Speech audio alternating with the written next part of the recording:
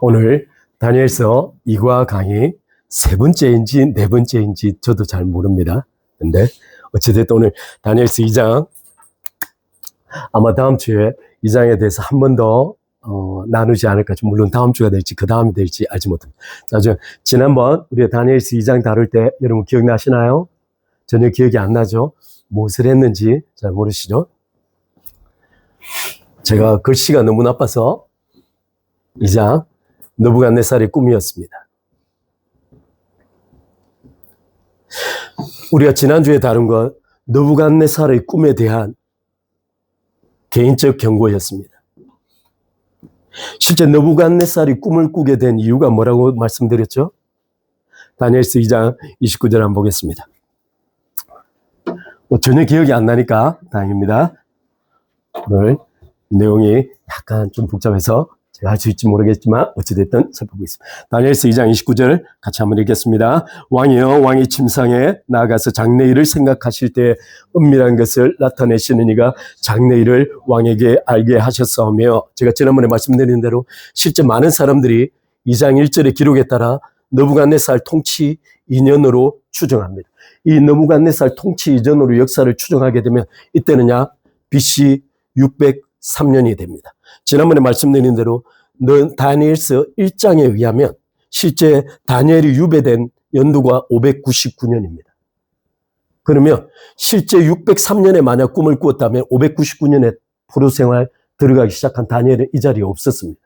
따라서 2장 사건은 기록될 수 없습니다. 지난번에 말씀드린 대로 이 BC 599년에 유배되었다는 건 여호야킴 왕이 함께 포로로 잡혀왔습니다. 물론 일설에 의하면 다니엘과 사드락 메삭 아벳느고 에스겔을 비롯하여 605년경에 미리 포로 생활되었을 걸로 추정하고 있으나 다니엘 1장 기록을 자세히 살펴보면 여호야김과 다니엘은 동시에 포로로 잡혀온 것으로 추정됩니다. 여호야김이 왕이 된 것이 609년입니다. 정확하게 성경에 의하면 이가 11년을 이스라엘에서 왕으로 다스렸다고 기록하고 있습니다. 따라서 609년에 왕이 된 여호야김이 포로가 된 건 599년입니다. 따라서 599년도에 다니엘이 포로 생활을 시작했을 걸로 추정하게 되면 603년이라는 기간은 맞지 않습니다. 더구나 오늘 말씀드린 대로 다니엘서 2장 29절은 느부갓네살이 꿈을 꾸게 된 경위가 느부갓네살이 장래일을 생각할 때라고 했습니다. 따라서 느부갓네살 왕 2년에 대한 기록은 정확하게 느부갓네살이 예루살렘을 패망시킨 BC 588년 그리고 2년 뒤입니다. 따라서 BC 약 587년 내지 6년으로 추정됩니다. 이때 다니엘의 나이가 약 20대 후반입니다. 아까 말씀드린 대로 만약 다니엘이 603년도에 느부갓네살이 꿈을 꾸고 다니엘이 해석했다 그러면 이때 다니엘의 나이가 약 16살에 불과합니다. 이 16살에 불과한 다니엘을 온 나라의 총리를 삼고 지혜자의 우두머리를 살았다는 말이 됩니다. 따라서 이 15살, 16살에 다니엘이 그렇게 했다고 보기 힘듭니다. 두 번째, 다니엘서 1장 맨 마지막에 가면 3년 동안 교육을 받는데 3년 동안 교육받고 난 이후에 느부갓네살이 직접 교육받았던 그 학생들을 테스트했다고 나옵니다. 그래서 그 중에 다니엘과 사드락 메삭 아벳느고의 지혜가 굉장히 탁월했다고 말하고 있습니다. 만약 603년도에 만약 605년도에 가고 603년도에 임했다 그러면 다니엘이 한참 교육을 받고 있을 지점이거나 맨 마지막 때였습니다. 따라서 이 두 스토리는 정확하게 일치하지 않습니다.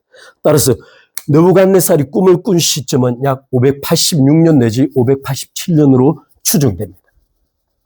이걸 염두에 두시고 살펴보겠습니다. 지난주에 느부갓네살의 꿈에 대한 개인적 경고라고 말씀드렸는데요.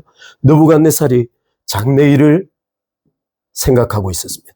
특별히 느부갓네살은 이 장래일을 생각하면서 자신이 추정한, 여러분 다니엘서 5장에 가면 다니엘서 4장이죠. 다니엘서 4장에 가면 어떤 사건이 나오죠? 제가 오늘 너무 일방적으로 말하니까 정신 약간 좀 패턴을 바꾸겠습니다. 다니엘서 5장은 무슨 사건이 기록되어 있죠? 다들 또 성경을 봐야 돼. 다니엘서 4장은 느부갓네살이 광기로 미친 7년이 나와 있습니다. 느부갓네살이 광기 7년에 빠진 이유가 무엇이라고 기록되어 있는지 아시죠? 느부갓네살이 어느 날 왕궁 루프탑에 지붕에 올라가서 자신이 건설한 바벨론의 전체 영광을 바라보며 이것을 내가 건설하고 내가 만들었다고 말하는 순간 광기에 빠지고 그는 7년 동안 유배되어져서 짐승처럼 살아가게 됩니다. 따라서 느부갓네살은 아까 말씀드린 대로 장래일을 생각하며 자신의 제국 전체를 어떻게 영구적으로 안정화시킬까를 생각하고 있었습니다. 근데 하나님께서 이런 생각을 하다 잠든 느부갓네살에게 꿈을 보여주신 것입니다. 꿈을 보여주실 때 하나님께서 한 번이 아니고 드림스 여러 번을 보여주셨습니다. 따라서 느부갓네살은 다니엘이 말하기를 이 신상에 대하여 다니엘이 말하기를 뭐라고 말했냐면 크고 무서운 것이라고 말했습니다. 그렇다면 느부갓네살은 여러 번의 꿈을 꾸면서 이 신상이 가지고 있는 무섭고 두려운 행상을 여러 번 보았다는 뜻이 됩니다.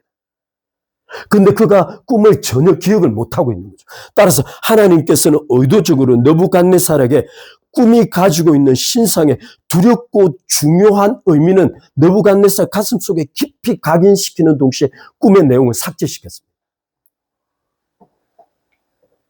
이것이 좀 이따 말씀드릴 내용인데 어찌됐든 느부갓네살은 제국의 안정적인 번영과 영속을 위하여 장래일을 생각하는데 하나님께서 그에게 나타나셔서 직접 이 신상을 보여주신 것입니다.